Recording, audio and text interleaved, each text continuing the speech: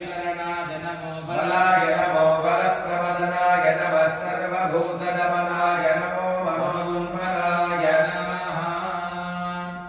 ॐ अहं रुद्रे भर्वसोभिष्टराज्ञः विद्युत विश्वदेवैः अहं मित्रावरुणो भाविभर्म्यहमिन्द्राग्नि अहमश्विनो भा अहं सोवामाहनसं वितर्म्यहं तुष्टानुततुमुखं भगम् अहं दादामित्रवीणं अविश्वाने सुप्रा ये ये हे गजामानागसंवते अहं राष्ट्रे सङ्गवाने वसूनां चिकितुषी प्रथमा यज्ञानाम् आम्मा देवाव्यानः पुरुत्रा भूनिस्तात्रा भूर्जा आवेशगन्धिरे मधासोन्नावतीयो विपश्याति यः प्राणीनिरये शृणोत्युक्तम् अपन्तवो भान्त उपक्षीयन्ति सुधिश्रोतश्रद्धेवन्ते वदामि अहमेव स्वयमिदं वादामि युक्तं देवेभिर्तमानुषेभिः तन्तामुग्रं वेणोमिदं ब्रह्माणं तं ऋषिं सुमेधाम् अहं रुद्राजधनुराधानोमि ब्रह्मद्विषे सरावे अन्तबाहू अहं जनाय भवनं कृणोम्यहं जावा पृथिवी आविवेश अहं सुवे पितरामस्य मूर्धन्मम योनि रक्स्वा अन्तस्यामुग्रे ततो वितिष्ठे भुवनानि विश्वोतामोऽङ्गामश्वनां हरिणीं सुवर्णरजस्रजां चन्द्रामिरण्मये लक्ष्मी जातवेदो महावः तां महावः जातवेदो लक्ष्मीमनपगामिनी यस्यां हिरण्यं विन्देरङ्गामश्वं पुरुषाणहम् अश्वपूर्वामृतमध्यामस्तिनाद प्रबोधिनी श्रियं देवीमुपक्वगे श्रीमादेवी दुषतां हंसोऽस्मितामरण्यं प्राकारामार्द्राङ्गुलन्तीं तृप्तां तर्पयन्तीं पद्मे स्थितां पद्मवर्णां तामिमोपक्वगे श्रियं चन्द्रां प्रभासागशशाज्वलन्ती श्रियल्लोके देवदुष्टावतारां तां पद्मिनीमीं शरणमहं प्रपद्ये लक्ष्मीर्मेणस्य तां वां मृणे हारिण्यवर्णे तपसोऽधिजातो वनस्पतिस्तव तस्य फलानि तपसा निरन्तुमागान्तरागाश्च बाह्यान् अलक्ष्मीः उपैटोमान् देवसखकीर्तिश्चमनिना प्रातरुभूतोऽस्मि रात्रेऽस्मिन् कीर्तिमर्धिम् शुक्तिवासामलान्त्येष्टामलक्ष्मीर्नाशगाम्यहम् अभूति दन्तद्वारान् दुरादर्शा नित्यपुष्टान् करीशनीम् ईश्वरीम् हामिनोपक्वगे श्रियं मनसः काममाकूतिम् पशूनां रूपवन्नस्य महिश्रीमनपगामिनी यस्यां हिरण्यं प्रभूतं गावो दास्योश्वान् यस्सुचिः प्रगतो भूत्वा जुहुयादाज्जमन्वहम् श्रियः पञ्चदशरथं तश्रीकावस्ततं जपेते पद्मानने पद्मभूरु पद्माक्षे पद्मसम्भवे तन्मे भजसि पद्माक्षी येन सौख्यं लभाम्यहम् अश्वदागी गोदागी धनदागी महाधने धनं मे जुषदां देवीं सर्वकामांश्च देहि मे पद्मानने पद्मविपद्मपत्रे पद्मप्रिये पद्मतलायताक्षी विश्वधनमिन्द्रो बृहस्पतिर्वरुणं धनमस्तु ते वैनदेह सोमं बिभतु वृत्रः धनस्य सोमिनो मह्यन् न क्रोधो न च मात्सर्यं न लोभो न शुभामतिः भवन्ति कृतपुण्यानां मनोज्ञे त्रिभुवनभूतिकरी विष्णुपत्नीं क्षमां देवीं मानवीं माधवप्रिया प्रियसखीं देवीं नमाम्यच्युतवल्लभा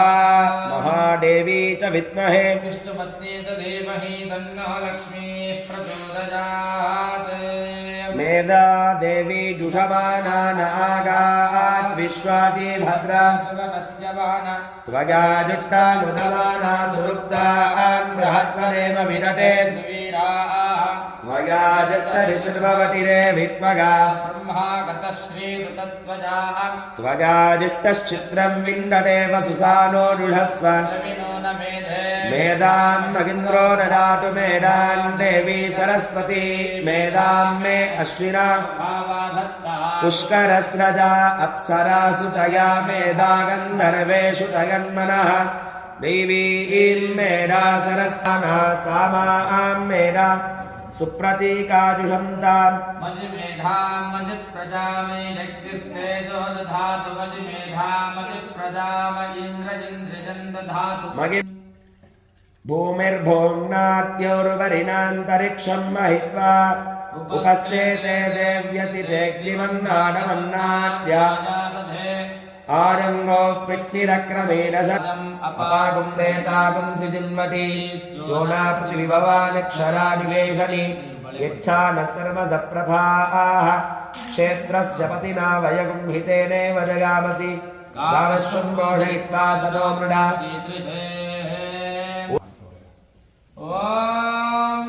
श्रीरुद्राध्याय प्रस्तवः मन्त्रस्य अघोर ऋषिः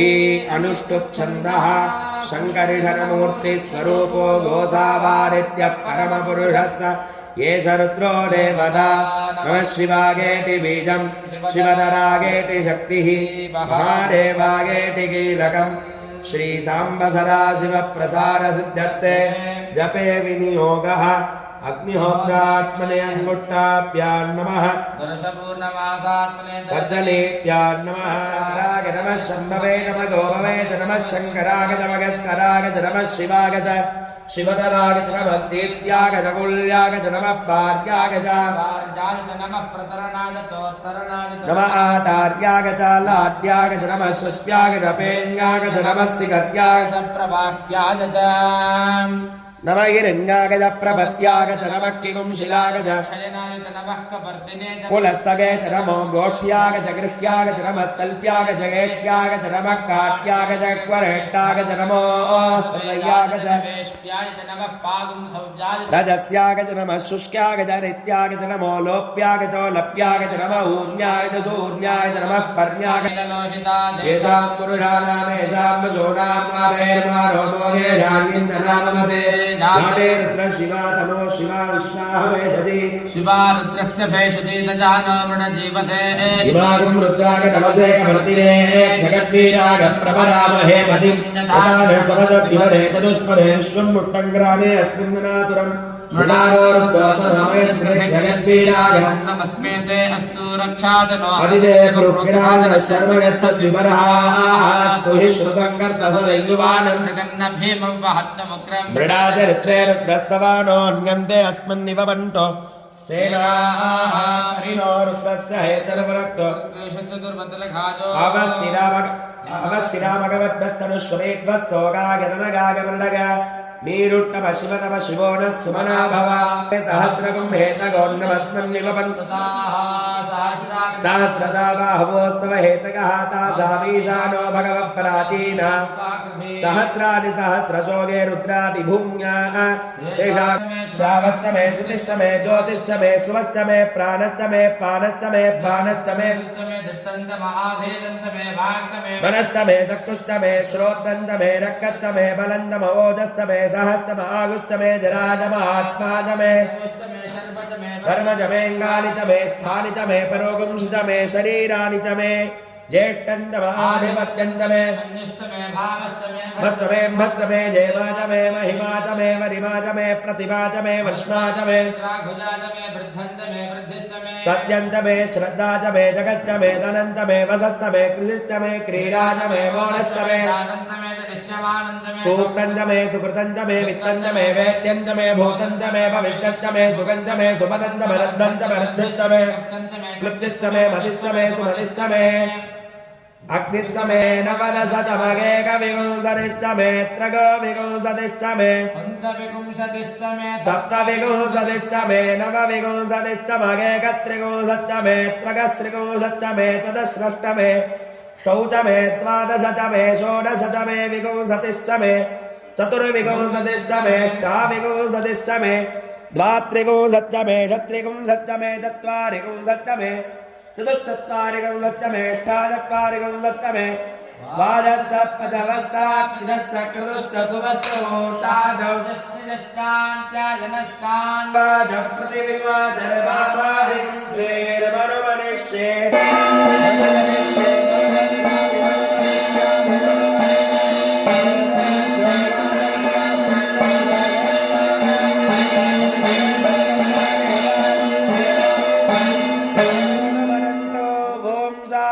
शांति शांति सदा शिवो ओम अग्निहोत्रात्मने हृदयाय नमः ओम नरसपूर्णमासात्मने शिरसे स्वाहा चातुर्मास्यात्मने शिखागे वचने निरोधसुन्धा नमः योनेशोमान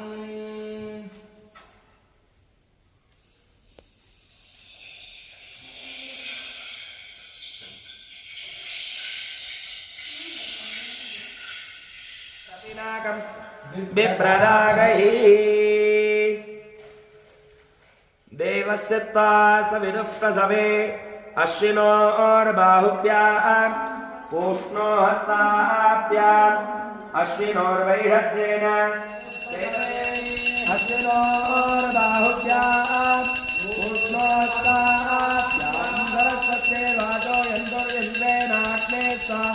साम्राज्येन विरुन्दाविन्दस्तत्ता साम्राज्येन विरुन्दामि आयुराजास्ते सुप्रजात्वमाजास्ते सदानवनश्यामाजास्ते उत्तरान्नेव गिज्यामाजास्ते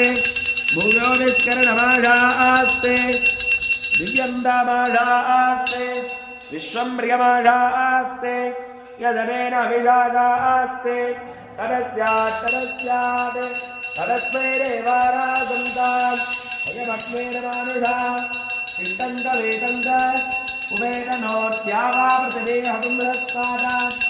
जपतिर्वारस्य यज्ञञ्च नमो देवेभ्यः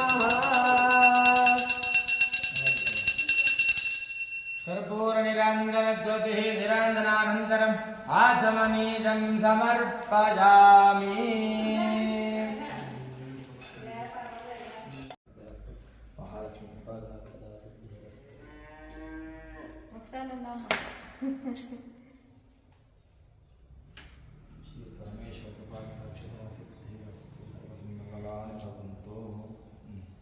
ತಗೊಂಡು ಹಾಕೊಳ್ಳಿ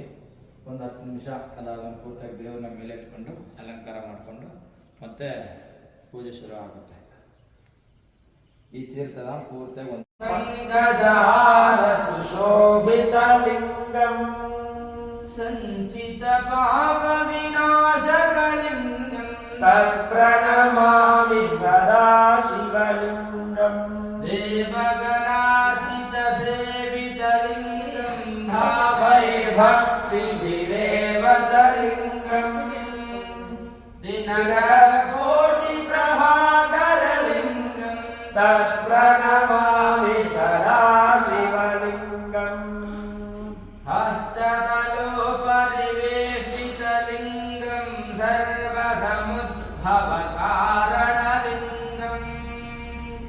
ಅಷ್ಟದರಿದ್ರವಿನಾಶಕಲಿಂಗಂ ತತ್ಪ್ರಣಮಾಮಿ ಸದಾ ಶಿವಲಿಂಗಂ ಸುರಗುರು ಸುರವರ ಪೂಜಿತಲಿಂಗಂ ಸುರವನ ಪುಷ್ಪ ಸದಾಚಿತಲಿಂಗಂ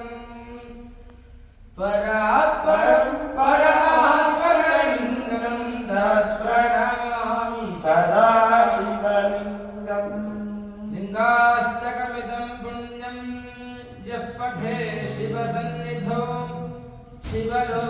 ಶಿವಲೋಕಮವಾಪ್ನೋತಿ ಶಿವೇನ ಸಹ ಮೋದತೆ ಏಕಬಿಲ್ವಂ ಶಿವಾರ್ಪಣಂ ಗಂಗಾಧುರಂಗರಮಣೀಯ ಜಟಾಕಲಾಪಂ ಯೋಗೇ ನಿರಂತರ ವಿಭೂಷಿತ ವಾಮಭಾಗಂ ನಾರಾಯಣ ಪ್ರಿಯಮನಂಗ ಮದಾಪಹಾರಂ ವಾರಾಣಸೀಪುರಪತಿಂ ಭಜ ವಿಶ್ವನಾಥಂ ವಾಚಾಮಗೋಚರಮನೇಕ ಗುಣಸ್ವರೂಪಂ वागीशविष्णुशिरसेवितपादपीठं वामेन विग्रहवरेण कलत्रवन्तं वाराणसीपुरपतिं भज विश्वनाथं भूताधिपं भुजगभूषणभूषिताङ्गं व्याघ्रादिनाम्बरधरं जटिलं त्रिनेत्रं पाशाङ्कुशाभयवरप्रदशूलपाणिं वाराणसीपुरपतिं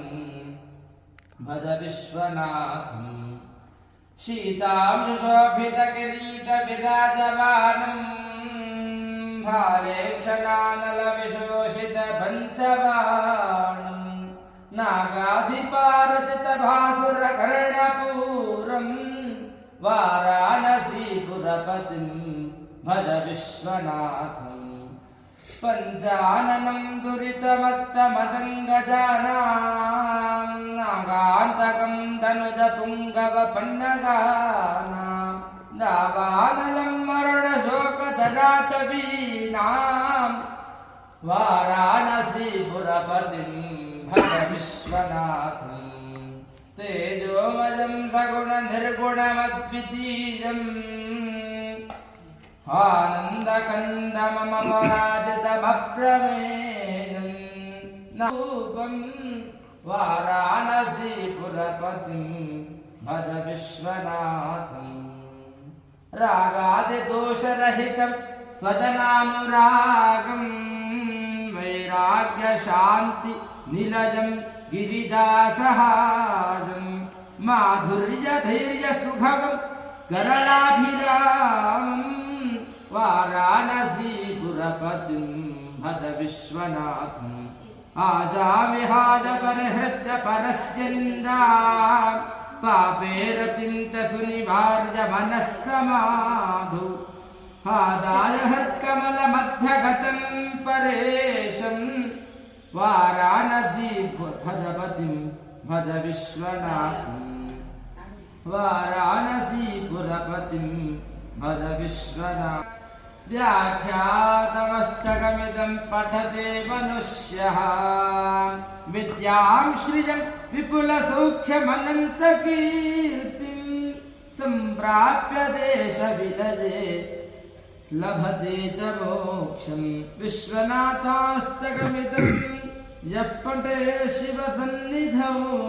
शिवलोकमवाप्नोति शिवेन सह मोदते शिवेन सह मोदते ॐ एकबिल्वं शिवार्पणम् ॐ भोगे फलसमायुक्तं नागवल्लीदलेरितं कर्पूरचूर्णसंयुक्तं ताम्बूलप्रतिगृह्यः फलनीर्या अपला पुष्पादास्तपुष्पिणीः बृहस्पतिः प्रसूतास्तानो मुञ्चन् त्वकुम्भसः प्राणाय स्वाहा अपानाय स्वाहा व्यानाय स्वाहा उदानाय स्वाहा समानाय स्वाहा ब्रह्मणे स्वाहा मृतोपहारं महानिवेद्यं निवेदयामि निवेद्यानन्तर आत्मनीयं समर्पयामि ॐ धूरस्य धूर्वधूर्वन्तं धूर्वतेजस्वान् धूर्वदितं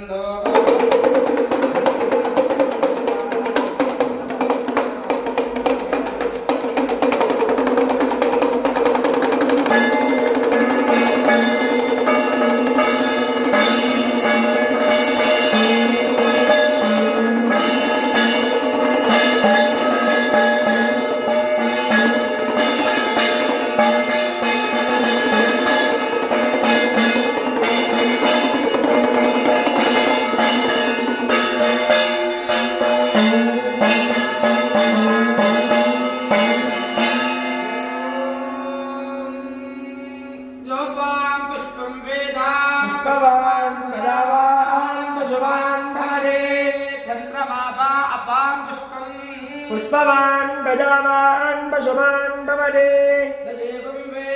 यो मामागतनं वेद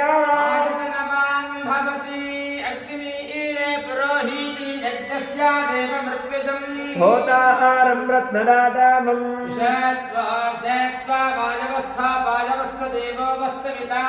प्रार्पयतु श्रेष्ठतमादकर्मणे अग्न आगाहि वीतये गृणानो हव्यराटगे विहोदास्य शन्नो देवीरविष्टगापो भवन्तु बीतये शैलारविश्रवन्तुनः अथातो दर्शपूर्णमासं आख्यास्यामः प्रातरग्निहोत्रं भूत्वा अन्यवाहं वृणीयाग्नेन्नवाददाति सोऽन्यमग्निं प्रणयति आद्यं पुरणबीजानं पुरोहूतं पुरस्कृतं परमेकाक्षरं ब्रह्मा व्यक्तं सनातनं शिवेनैक्यं गतसिद्धस्तुधीनस्ववृत्तिकः मलमादाद्य संपृष्ट भवति स्वानुभूतिमान् मुक्ते प्राप्तेश भजे द्वेषं शिवालजं देवं विद्याक्षवज्ञान बोधे शैवार्थनिर्णयम् ॐ धवलाभसुखासनसन्निहितं हरिणीमृगटङ्कवराभयतम् सुमुखं परमुत्पलधृक्वरदम् उमया सह देवस्वरूपमिदम् ॐ शान्तं श्वेतत्रिनेत्रं शशिधरमकुटं गन्धवक्त्रं त्रिनेत्रं शूलं वज्रं च खड्गं परशुमभयनं सव्यभागे वहन्तम् नागं पाशं च घण्टां प्रणयहुतवहं चाङ्कुशं वामभागे नानालङ्कारयुक्तं स्फटिकमणिनियमं पार्वतीशं नमामि नमस्ते नमस्ते सर्वदेवाय नमस्ते नमस्ते जगत्प्रभुवे नमस्ते सर्वदेवादि नमस्ते शम्भवे नमः सर्वबाधा प्रशमनं त्रैलोक्य अखिलेश्वरी एवमेव त्वया कार्यम् अस्मते वैरे विनाशनम् हर शम्भो महादेव विश्वेशावर वल्लभा शिवशङ्कर सर्वार्थ सोमेश्वर नमोस्तुते ನಿಮ್ಮ ರಾಶಿ ನಕ್ಷತ್ರ ಗೋತ್ರಗಳನ್ನ ಸ್ಥೈರ್ಯ ವೀರ್ಯ ವಿಜಯ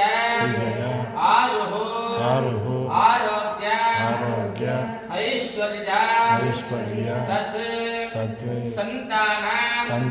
ಧರ್ಮಾರ್ಥ ಕಾಮ್ಯ ಮೋಕ್ಷ ಚತುರ್ವಿಧ ಫಲ पुरुषार्थ सिद्ध्यर्थम विशेष अनुग्रह प्राप्त्यर्थम श्री प्रातः काल करिष्यमाण एकादश वार रुद्र पारायण सहित रुद्राभिषेक फल पंचामृत अभिषेक सहित पूजा करिष्यमाण एतत् पूर्णफल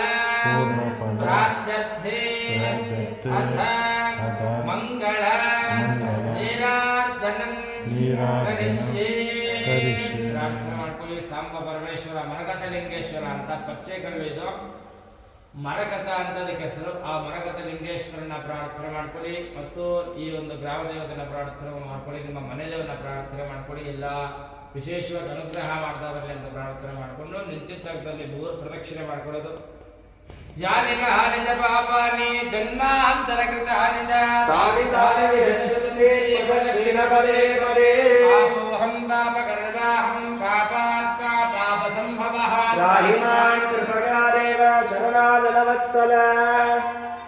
अन्यथा शरणं नास्ति तमेव शरणं मम नस्तात्कारुण्यभावेन रक्ष रक्षो जगदीश्वर परमेश्वर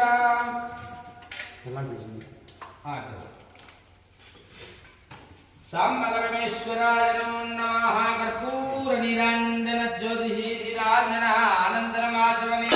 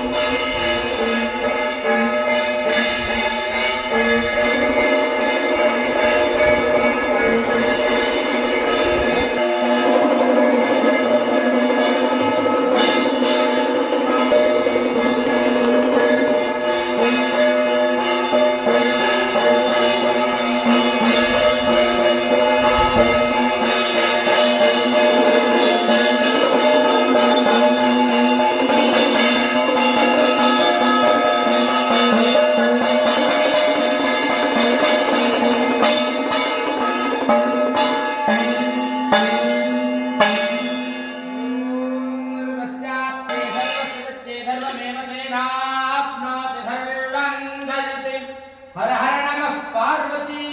पतये. गोविंद नाम संकीर्तन गोविंदा गोविंदा लक्ष्मी रमण गोविंदा गोविंदा आंजनेय वरद गोविंदा गोविंदा महादेव पादवेगति गोविंदा गोविंदा देवता दिम्बराय स्वामी पादवेगति गोविंदा गोविंदा दिव्यरक्षां धारयामि नमस्करोमि.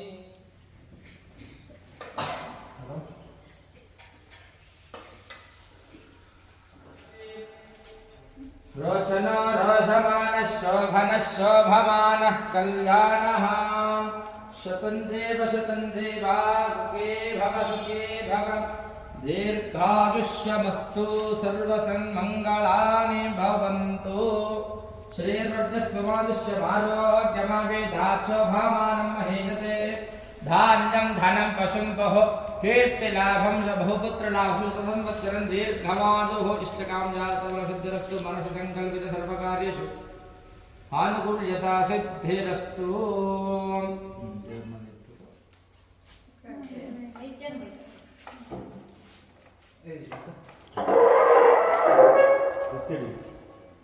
अम्बा शंभवि चंद्रमौलिरबला अपर्णा उमा पार्वती काली हैमवती शिवा तृणजनी कात्याजनी भैरवी सावित्री नवयौवना शुभकरी साम्राज्यलक्ष्मी प्रदा चिद्रूपी परदेवता भगवती श्रीराधराजेश्वरी. ओम स्वागतः संपृक्तो आगतः प्रतिपत्तये जगतस्पितरवन्दे पार्वती परमेश्वर विश्वो नामरूपाभ्यां या देवी सर्वमङ्गलां दिजोः संस्मरार्थं संभवतो जयमङ्गलम्.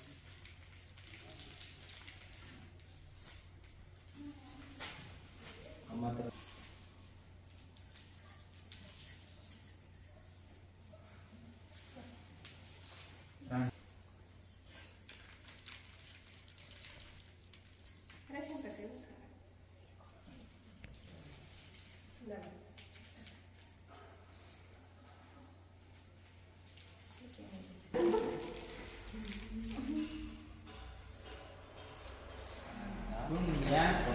फलदं अतः शान्तिं प्रयच्छ मे. ब्राह्मणाय अहं संप्रार्थये मम नमः. दीर्घायुष्यस्तु शतञ्जीव सुखी भवति भव.